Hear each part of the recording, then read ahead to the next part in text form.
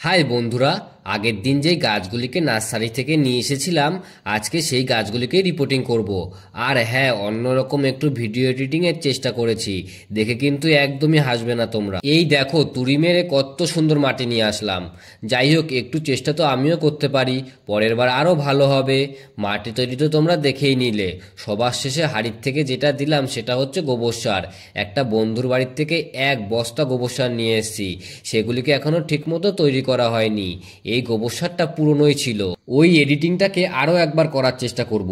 এই দেখো কত সুন্দর তুড়ি মেরে টবে আবার মাটি ভরে ফেলেছি। যাই হোক, এবার গাছগুলোকে লাগিয়ে ফেলার পালা। সবার প্রথমে এই পিটুনিয়া গাছটাকে লাগাবো। গ্রো ব্যাগটাকে ব্লেড দিয়ে ভালো করে কেটে নেব। হ্যাঁ, একটুখানি সাবধানতা অবশ্যই অবলম্বন করতে হবে যাতে মাটিটা ভেঙে না যায়। এই দেখুন কত সুন্দর না ভেঙে মাটিটা বেরিয়ে এসেছে। এইবার গাছটাকে টবের মধ্যে বসিয়ে দেব।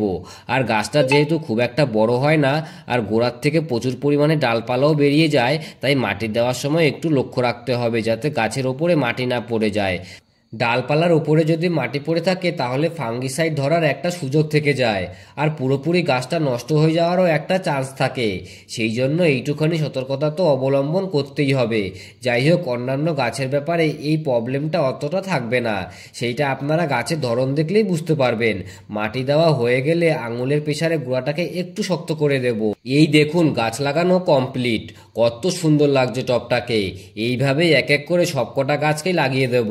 তারপরে দেখুন পরপর সাজিয়ে রেখে গাছগুলিকে একসাথে কত সুন্দর লাগছে। আর সবশেষে দিয়ে দিতে হবে প্রয়োজন মতো জল। আর এখন দুমুঠো সর্ষের খোল ভিজিয়ে রেখে দেব। ঠিক 2 দিন পরেই ওই সারটা গাছের গোড়ায় দিয়ে দেব। আর গাঁদা গাছ দুটোতে কলি চলে এসেছে।